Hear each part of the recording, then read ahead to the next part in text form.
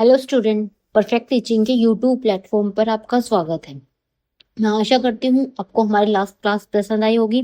उसी सीरीज में हम एक नई क्लास लेके आए हैं जिसमें आज हम अपनी एक्सरसाइज 1.2 को पूरी करेंगे। उसके जितने भी कॉन्सेप्ट है उनको समझेंगे, जिसमें हमारा मेन कॉन्सेप्ट होगा इर्रेशनल नंबर यानी अप्रिमेय संख्याएं। चलिए अपनी क्लास की शुरुआत करते हैं। सबसे पहले हम जो पढ़ेंगे वो है हमारी अप्रिमेय संख्याएं। हमने देखी लास्ट क्लास में हमने पढ़ी थी अपनी कुछ हमने संख्याएं पढ़ी थी और कुछ हमने जो स्पेशल थी वो हमारी प्रीमिय संख्या थी। हमने संख्या पद्धति के अंदर कितनी भी संख्याएं आती हैं, जैसे हमारे नेचुरल नंबर्स आते हैं, होल नंबर्स आते हैं, हमारे इंटीजर्स आते हैं, ठीक है, और जो हमारे रैशनल नंबर्स आते हैं, ये सब हमने पढ़ा था। हमारी प्राकृतिक संख्याएं, पूर्ण संख्याएं, पूर्णांक, हमारी प्रीमिय संख्याएं, ये सब हमने पिछली क्लास में किया था। और दो प्रीमिय संख्याओं के बीच में कितनी प्रीमिय संख्याएं हो सकती हैं वो भी हमने अच्छे से अपना सोल्व किया था। आज हम अपनी क्लास को आगे बढ़ाएंगे जिसमें हमारा फोकस होगा 1.2 एक्सरसाइज पे। इसके ही हम कॉन्सेप्ट करेंगे और इसके ही कुछ क्वेश्चन करेंगे, जिसमें हमारा सबसे मेन इंपोर्टेंट पॉइंट होगा अप्रिमेय संख्याएं।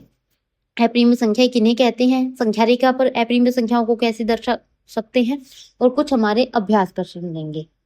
ये जो हमारा टॉपिक रहेगा इसको हम नेक्स्ट वीडियो में करेंगे, वास्तविक संख्याएं और उनके दशमलव विस्तार। इसको हम नेक्स्ट वीडियो में डिटेल से करेंगे। आज हम अप्रिमेय संख्याओं पर फोकस करेंगे। अप्रिमेय संख्या यानी इर्रेशनल नंबर। देखिए, जब मैंने प्रीमिय संख्याओं की बात की थी तो मैंने आपको एक डेफिनेशन बताई थी। उसमें मैंने बोला था कि कोई भी संख्या, किसी भी संख्या को अगर मैं p/q की फॉर्म में लिख सकती हूँ, या मैं बोलूँ हमारी एक बात तो ये थी कि p/q की फॉर्म होनी चाहिए। दूसरी बात हमारी क्या थी कि ये जो p और जो मेरा q है ये किस होना चाहिए, ये मेरा एक इंटीजर होना चाहिए, ये दोनों ही इंटीजर होनी चाहिए। और तीसरी कंडीशन क्या थी कि भाई जो q है वो नॉट इक्वल टू 0 होना चाहिए। ये तीन कंडीशन मैंने किसके लिए पढ़ी थी? ये तीन कंडीशन मैंने पढ़ी थी प्रीमिय संख्याओं के लिए, यानी प्रीमिय संख्या यानी रैशनल नंबर। ये तीनों ही कंडीशन हमने रैशनल नंबर के लिए पढ़ी थी। आज हम पढ़ेंगे इर्रेशनल नंबर यानी अप्रीमिय संख्याएं। अब देखिए, जो भी संख्या प्रीमिय संख्या नहीं है वो हमारी अप्रीमिय संख्या है। मतलब कोई भी ऐसी संख्या जो इन तीन कंडीशन को पूरी नहीं कर रही वो प्रीमिय संख्या नहीं है, तो वो कौन सी संख्या है? वो अप्रीमिय संख्या है। यही हमारी एक छोटी सी डेफिनेशन है कि जो संख्याएं प्रीमिय संख्या नहीं है वो अप्रीमिय संख्याएं हैं। हमने एक फ्लो चार्ट और पढ़ा था जिसमें हमने लिखा था कि भाई ये तो हमारा रियल नंबर है, यानी हमारा वास्तविक संख्या,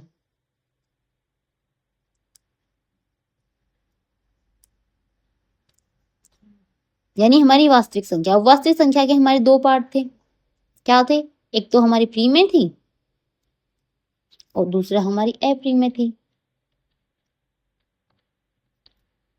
तो मैंने आपको तीन कंडीशन पढ़ाई थी प्रीमियम के लिए। अब मैं बोल रही हूँ जो भी संख्या ये तीन कंडीशन सेटिस्फाई नहीं करेगी, मतलब कोई भी संख्या अगर वो प्रीमियम संख्या नहीं होगी, कोई भी नंबर अगर वो रैशनल नंबर नहीं होगा तो वो इर्रेशनल होगा, तो वो अप्रीमियम संख्या होगी।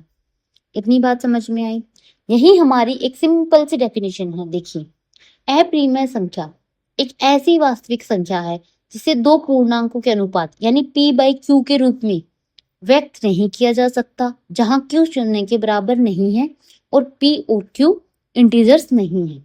या अप्रीमिय संख्याएं वे वास्तविक संख्याएं हैं जो प्रीमिय संख्याएं नहीं है। उदाहरण √2 और पाई। Irrational numbers are the real numbers that are not rational number or cannot expressed in the form of p/q, where p and q are integers and q not equal to 0। क्या जो भी मैंने आपको बात बताई कि इर्रेशनल नंबर वही संख्याएं हैं जो रैशनल नहीं है। रैशनल के बाद जो वास्तविक संख्याएं बच गई वो सारी इर्रेशनल नंबर है। प्रीमिय संख्याओं के बाद जितनी भी हमारी वास्तविक संख्याएं बच गई वो सारी हमारी अप्रीमिय संख्याएं हैं, या सीधी सीधी बात कहें वे संख्याएं जिन्हें हम p/q की फॉर्म में नहीं लिख सकते।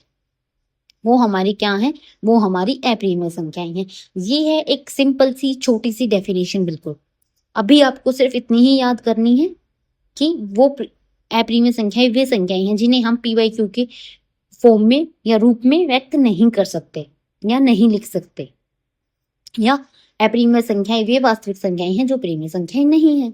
बस बिल्कुल छोटे से डेफिनेशन है, कोई लोड नहीं है, सिर्फ इतना ही याद करना है आपको अप्रिमेय संख्याओं के लिए। आगे डिटेल में और भी कुछ जानेंगे इनके बारे में। अभी जैसे मैंने आपको एग्जांपल दिया कि भाई जैसे वहां पे एग्जांपल लिखा हुआ था एक रूट की, चल क्यों नहीं रही, कि जो √2 है वो हमारा एक इर्रेशनल नंबर है। देखो नोट किया था क्यू से, इसको कर देते हैं क्यू डैश से, मतलब जो क्यू नहीं है वो क्यू डैश होगा। ठीक है, बस यही ध्यान देना है। अब √2 भाई क्यों नहीं है, देखिए इसको हमने अपॉन 1 कर दिया √2 को पी बाई क्यू की फॉर्म बनाने के लिए। अब आप बोलोगे मैम ये तो पी बाई क्यू की फॉर्म बन गई। बिल्कुल जी बन गई पी बाई क्यू की फॉर्म, लेकिन दूसरी कंडीशन क्या थी कि जो पी और क्यू है वो क्या होने चाहिए, वो हमारे इंटीजर्स होने चाहिए, हमारे पूर्णांक होने चाहिए। ये बताइए क्या एक पूर्णांक है? जी बिल्कुल, एक पॉजिटिव संख्या है, एक धनात्मक नंबर है, तो ये हमारे इंटीजर है। बिल्कुल ठीक। क्या उसमें √2 आया था कहीं पे?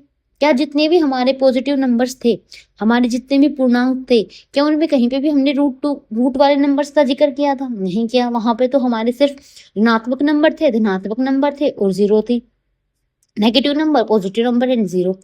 रूट रूट वाले नंबर की तो बात ही नहीं हुई। इसका मतलब ये हमारा क्या नहीं है, ये हमारा पूर्णांक नहीं है। √2 हमारा इंटीजर नहीं है।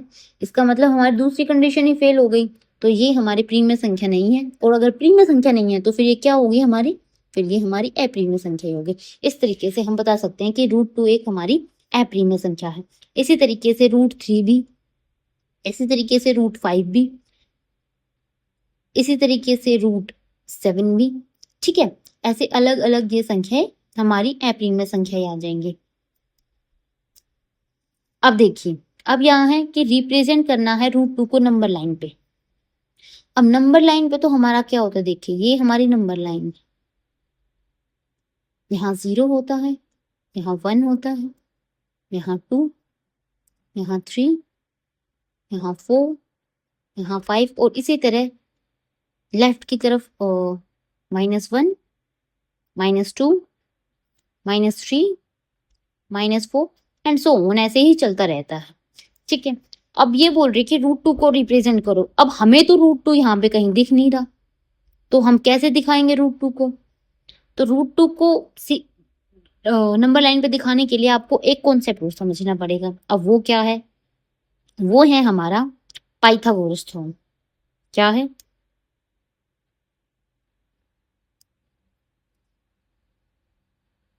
Pythagoras theorem. ठीक है,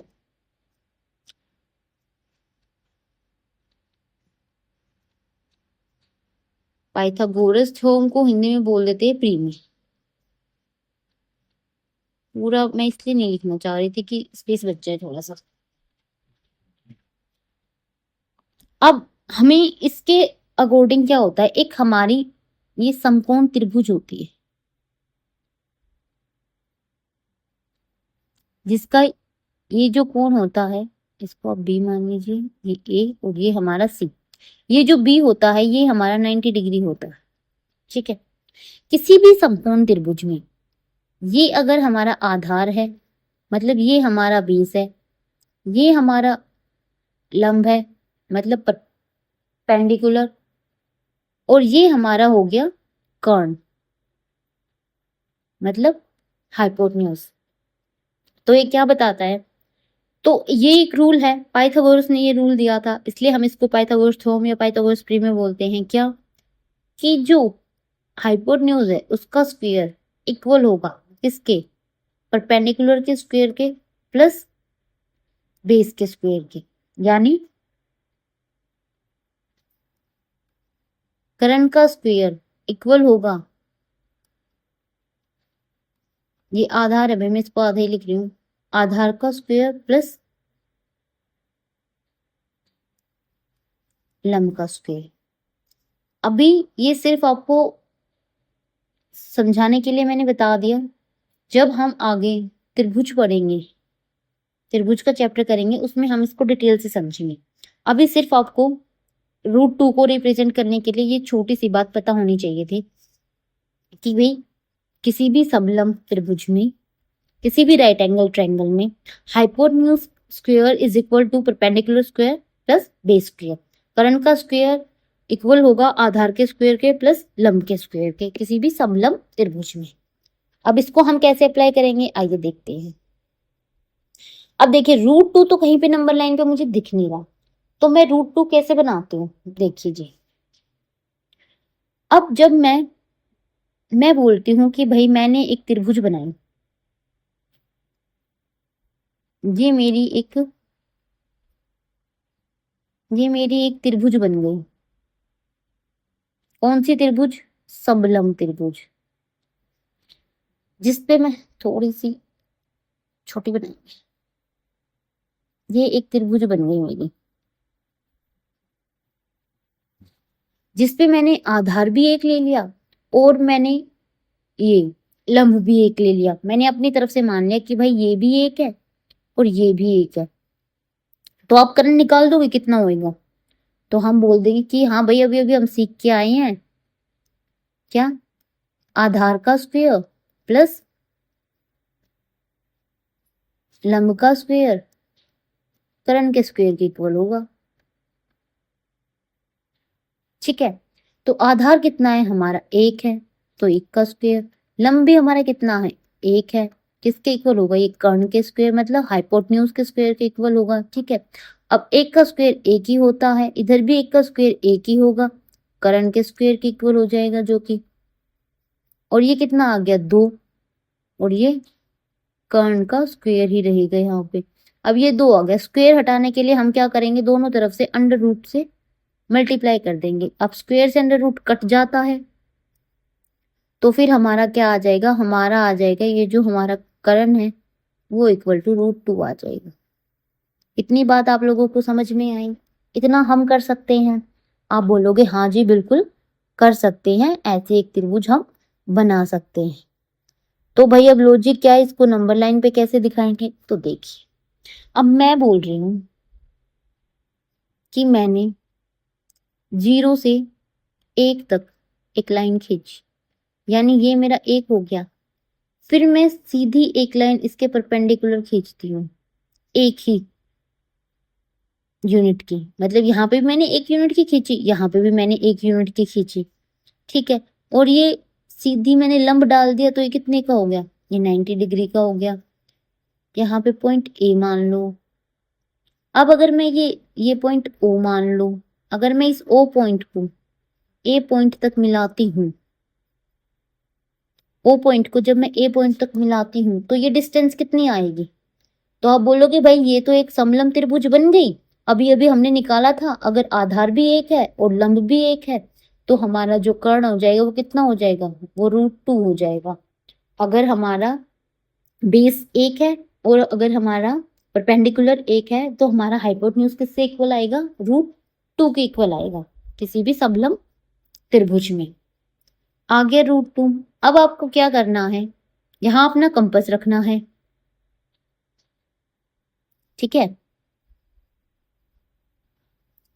यहाँ अपना कंपास रखना है और यहाँ अपनी पेंसिल रखनी है। कंपास को इतना खोलना है और एक चाप लगा देनी है। जब आप एक चाप लगाओगे ना ऐसे, तो वो चाप कहीं पे संख्या रेखा को इधर काटेगी, इस पॉइंट पर। कहाँ काटेगी, एक पॉइंट पे काटेगी, संख्या रेखा को ये चाप एक पॉइंट पर काटेगी, और यही पॉइंट हमारा क्या होगा, यही पॉइंट हमारा होगा √2। तो हम ऐसे √2 को अपनी नंबर लाइन पे शो कर सकते हैं। इतना समझ आया, देखिए मैं एक बार फिर से एक्सप्लेन करती हूँ। क्या था कि हमें √2 को एक्सप्रेस करना था नंबर लाइन पे, दिखाना था कि ये कहाँ आता है। √2 हमारे पास सीधा सीधा था नहीं, तो भाई सीधी उंगली से घी नहीं निकलेगा, तो उंगली तो टेढ़ी करनी पड़ेगी। अब हमने वही तरीका अपनाया। हमने क्या किया, अपना पाइथागोरस का यूज किया। क्या, हमें पता था कि अगर आधार एक होएगा, लंब एक होएगा, तो ये जो हमारा कर्ण है ये √2 आ जाएगा। हमें √2 ही लेके आना था। अब जब ये √2 आ गया तो यहाँ से इतना प्रकार खोला और एक चाप लगा दी जो संख्या रेखा को यहाँ किसी नंबर पे काटती है। अपना कंपास खोला, यहाँ पे एक आर्क लगा दी जो संख्या रेखा को इस पॉइंट पे काटेगी और यही पॉइंट हमारा क्या हो जाएगा, यही पॉइंट हमारा √2 हो जाएगा। समझ आई बात? इतनी बात समझ आई आप लोगों को? ठीक है। इसी तरीके से हम रिप्रेजेंट कर सकते हैं √3 को। किसको रिप्रेजेंट कर सकते हैं? √3 को करके देखें। देखिए, ये मेरी नंबर लाइन है, यहाँ पे मैंने 0 माना, ये मेरा 1 था, ये मेरा 2 था, यहीं तक काम चल जाएगा। ठीक है। मैंने अब जब √2 को किया तो ऐसे कुछ किया था, इसको मैंने √2 का नाम दिया था, ये एक पॉइंट था, ये एक पॉइंट था, और जब इसको काटा था तो यहाँ किसी एक पॉइंट पे ये काट रहा था। ठीक है, इतनी बात समझ आई। अब मुझे दिखाना है √3। अब √3 कब बनेगा भाई? सबसे पहले तो 3 कब बनेगा? 3 बनेगा भाई जब हम 2 और 1 को प्लस करेंगे तो हमारा 3 बनेगा। हमें 3 ही बनाना है। क्यों? क्योंकि देखिए, हमने क्या पढ़ा था? आधार का स्क्वायर, लंब का स्क्वायर और फिर कर्ण का स्क्वायर, ये पढ़ा था हमने। अब अगर हमारा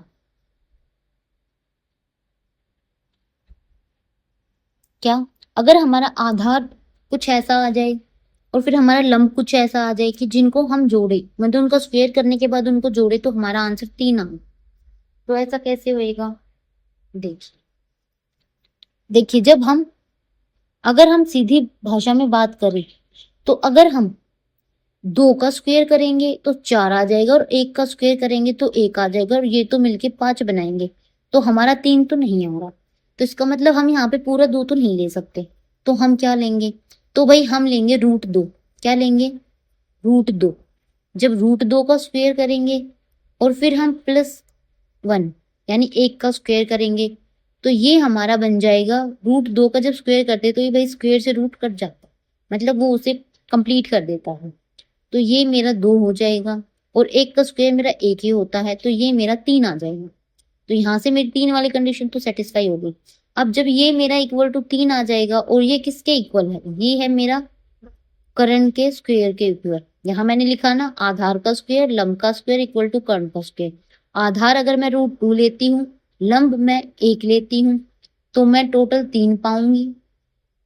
ठीक है, और वो मेरा क्या बन जाएगा? वो मेरा कर्ण का स्क्वायर बन जाएगा। ठीक है, अब 3 मेरा कर्ण का स्क्वायर आ गया, लेकिन मेरे को सिर्फ कर्ण चाहिए, कर्ण का स्क्वायर नहीं चाहिए। कर्ण चाहने के लिए फिर मैं वही करूंगी, क्या करूंगी? इसको अंडर रूट से मल्टीप्लाई कर दूंगी, तो रूट से स्क्वायर रूट कट जाएगा और ये यहाँ पे रह जाएगा, तो कर्ण मेरा कितना आ गया? √3 आ गया। कर्ण मेरा √3 आ गया। यहाँ तक तो बात समझ आ गई। अब भाई नंबर लाइन पे प्लॉट करना। देखिए, ये मेरे क्या है? √2 है और मेरे को आधार √2 ही चाहिए था, तो भाई मैं अब आधार इसी को मान लूंगी क्योंकि ये मेरा √2 ही है। ये तो मुझे पता है ये मेरा √2 है ना, मैंने कैलकुलेट किया था, ये √2 है।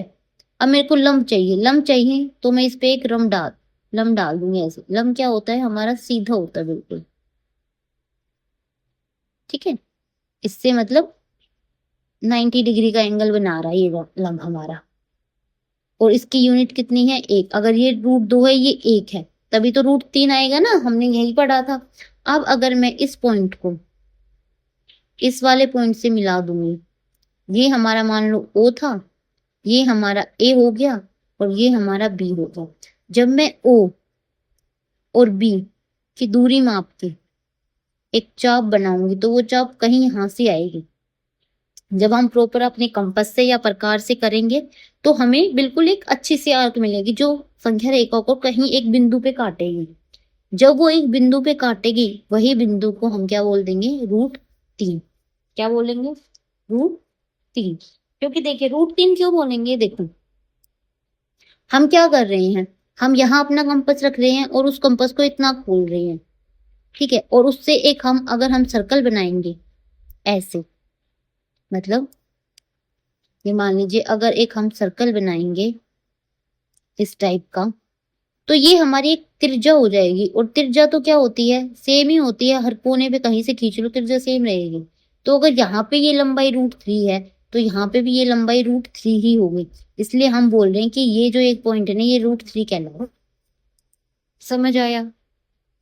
इस तरीके से हम जो अप्रिमेय संख्याएं होती हैं उनको हम नंबर नंबर लाइन पे अपना शो करते हैं। जैसे कि मैंने √2 को किया, √3 को किया, इसी तरह हम √5 को कर सकते हैं। √5 को कैसे कर सकते हैं, देखिए यहाँ पे मैंने क्या माना था, ये देखिए जब मैंने यहाँ पे ये आधार 2 लिया था और लंबाई 1 ली थी, तो मेरा कर्ण क्या आ रहा था, 5 आ रहा था, कर्ण स्क्वायर का मेरा 5 आ रहा था।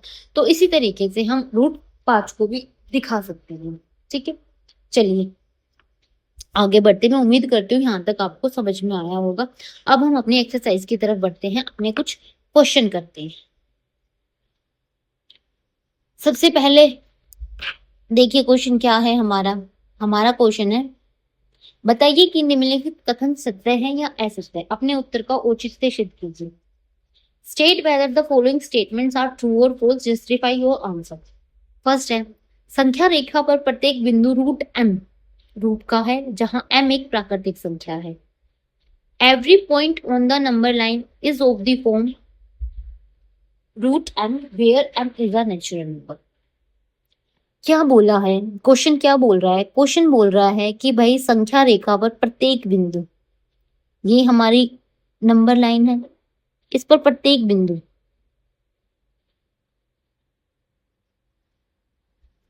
प्रत्येक बिंदु में भाई माइनस के भी आएंगे, ये भी ध्यान रखेंगे हम, है ना। जब प्रत्येक बिंदु की बात करें तो हम माइनस वाले नंबर भी लेंगे, जीरो को भी लेंगे और पॉजिटिव वाले नंबर भी लेंगे। ठीक है, उसे हम √m में दर्शा सकते हैं। किसमें दर्शा सकते हैं, √m में। अब संख्या रेखा पर अब देख लीजिए, अब मान लो अगर एक है, एक को हम √1 लिख सकते हैं, बिल्कुल जी लिख सकते हैं। एक और बात, ये जो हमारी संख्या रेखा ना, इस पे हमारे सारे रियल नंबर्स होते हैं। कैसे नंबर्स होते हैं, रियल नंबर। रियल नंबर मतलब उसमें प्रीमिय संख्याएं भी आएंगी, उसमें अप्रीमिय संख्याएं भी आएंगी। अप्रीमिय संख्याएं कैसे आएंगी, अभी अभी हमने नंबर लाइन पे देखा ना कि कैसे हम अप्रीमिय संख्या को दिखा सकते हैं। ठीक है, तो हमारी अप्रीमिय संख्याएं भी आती है। इसका मतलब ये जो संख्या रेखा है ये वास्तविक संख्याओं की संख्या रेखा है, इसलिए इसको वास्तविक संख्या रेखा भी बोलते हैं। और अब अपने क्वेश्चन पे आते हैं, उन्होंने क्या बोला था कि जो ये जो रूट मतलब हम प्रत्येक नंबर को √m मतलब कोई भी नंबर जो रूट में होगा उसमें दिखा सकते हैं। भाई √m को दिखा, √1 को दिखा सकते हैं, ठीक है, √2 को दिखा सकते हैं, ठीक है भाई, √3 को दिखा सकते हैं, √4 को दिखा सकते हैं जो कि 2 हो जाएगा, √5 को, 6 को, 7 को, सबको दिखा सकते हैं। ठीक है भाई, यहाँ तक तो ठीक है। लेकिन जब माइनस की बारी आती है, √-1, हम इसको नहीं दिखा सकते। क्यों? क्योंकि जब रूट के अंदर माइनस संख्या आ जाती है ना, जब रूट के अंदर माइनस आ जाता है तो वो हमारी रियल संख्या ना रह के इमेजिनरी नंबर बन जाता है, अवास्तविक संख्याएं बन जाती है। कैसे संख्याएं, अवास्तविक संख्याएं। लेकिन ये जो संख्या रेखा है इस पे सिर्फ वास्तविक संख्याएं ही आ सकती हैं। इसका मतलब जो माइनस वाले नंबर हैं उनको हम √m में नहीं दिखा सकते। और यहाँ पे क्या बोला है, यहाँ पे बोला कि आप प्रत्येक बिंदु को दिखा सकते हैं। प्रत्येक बिंदु में तो माइनस वाले भी आएंगे, हम पॉजिटिव वाले तो सारे दिखा सकते हैं, धनात्मक नंबर तो सारे स्क्वायर की फॉर्म में, स्क्वायर रूट की फॉर्म में आ सकते हैं। लेकिन जो नेगेटिव नंबर है उन्हें हम वर्गमूल की फॉर्म में नहीं दिखा सकते, क्योंकि फिर वो वास्तविक संख्याएं नहीं रहेंगी, वो अवास्तविक संख्याएं बन जाएंगे। तो हम बोलेंगे सॉरी, हम बोलेंगे कि ये कथन हमारा असत्य है, क्योंकि धनात्मक संख्याएं √m की फॉर्म में नहीं दर्शाई जा सकते। This statement is false as negative number can not be expressed as the square root of any other number. समझ आया? तो चलिए अपने दूसरे क्वेश्चन पे बढ़ते हैं। दूसरा क्वेश्चन है हमारा, प्रत्येक, तो ये स्टेटमेंट तो हमारी हो गई भाई गलत। प्रत्येक वास्तविक संख्या एक अप्रिमेय संख्या है। क्या बोला है, प्रत्येक वास्तविक संख्या एक अप्रिमेय संख्या है। अपना भाई ये याद कीजिए फ्लो चार्ट। देखिए फ्लो चार्ट ना बहुत इंपॉर्टेंट होते हैं, ये आपका कॉन्सेप्ट ना बिल्कुल क्लियर रखते हैं। आप बिल्कुल इस तरह के क्वेश्चन फ्लो चार्ट की हेल्प से गलत नहीं करोगे। रियल नंबर्स के दो पार्ट बताए थे, एक रैशनल नंबर, एक इररेशनल नंबर। इन्होंने बोला है प्रत्येक वास्तविक संख्या एक अप्रिमेय संख्या है। अब देखिए ये वास्तविक संख्याएं हैं, इसके दो हिस्से बन गए, एक प्रीमो हो गई, एक अप्रीमो हो गई। तो कुछ संख्याएं जो प्रीमय हैं वो अप्रीमय तो नहीं है ना, और इन्होंने क्या बोला है कि सभी संख्याएं अप्रीमय आती हैं, जितनी भी वास्तविक संख्याएं वो सभी अप्रीमय। तो ये स्टेटमेंट तो गलत हो गई ना, क्योंकि कुछ तो प्रीमय भी हो गई, बाकी बची हुई अप्रीमय आई। तो मतलब हम बोल देंगे ये कथन भी असत्य है, क्योंकि प्रत्येक अप्रीमय संख्या वास्तविक संख्या नहीं होती। क्या बोलेंगे, हम बोलेंगे ये कथन असत्य है, क्योंकि प्रत्येक वास्तविक संख्या अप्रीमय और प्रीमय दोनों संख्याएं हो सकती हैं, सिर्फ एक अप्रीमय संख्या नहीं होगी। या हम ये भी बोल सकते हैं ये कथन असत्य है, प्रत्येक वास्तविक संख्या एक अप्रीमय संख्या नहीं होती, कुछ प्रीमय संख्याएं भी होती हैं। इसी तरह इंग्लिश में बोलेंगे every real number is an irrational number, तो हम बोल देंगे this statement is false because some real numbers are also rational numbers। ठीक है, इतने बोल यही हमारा काम चल जाएगा। तीसरी स्टेटमेंट पे आते हैं। तीसरी हमारी every irrational number is a real number. अब इन्होंने स्टेटमेंट को पलट दिया है, क्या बोला है, प्रत्येक अप्रीमय संख्या एक वास्तविक संख्या है। वही अपना फ्लो चार्ट हेल्प करेगा, भाई ये रियल नंबर है, इसके दो पार्ट हो गए, रैशनल और इरेशनल। अब सभी रैशनल रियल भी हैं, सभी इरेशनल रियल भी हैं। यही ये बोल रहे हैं कि जो प्रत्येक अप्रीमय संख्या है वो एक वास्तविक संख्या है। तो देखिए वास्तविक संख्याओं में से ही तो निकली है ये हमारी अप्रीमय संख्या, कहाँ से निकले, वास्तविक संख्याओं में से निकलेंगे। तो हम बोलेंगे हाँ ये कथन सत्य है, प्रत्येक प्रीमय संख्या एक वास्तविक संख्या है, क्योंकि अप्रीमय संख्या और प्रीमय संख्या मिलकर ही वास्तविक संख्याएं बनाती हैं। इसी तरह से हम इंग्लिश में बोलेंगे this statement is true because every irrational number is belong to real number, because irrational and rational number form real numbers। Clear है भैया आपको तीनों स्टेटमेंट्स? दो स्टेटमेंट गलत है, तीसरी स्टेटमेंट हमारी सही है। आपको अपनी कॉपी में अपने एग्जाम में ऐसे ही लिखना। नेक्स्ट क्वेश्चन पे चलते हैं।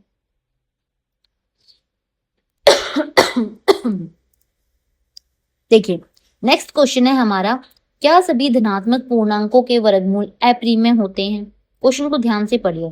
क्या सभी धनात्मक, सिर्फ पॉजिटिव नंबर की बात हो रही है, पूर्णांकों के पूर्णांक मतलब इंटीजर के वर्गमूल अप्रीमय होते हैं? यदि नहीं तो एक संख्या के वर्गमूल को उदाहरण दे जो एक प्रीमय संख्या है।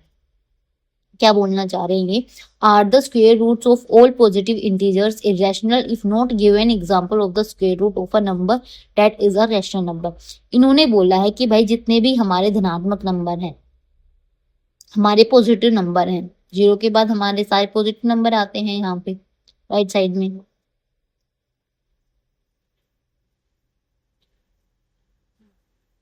ऐसे ही बहुत सारे।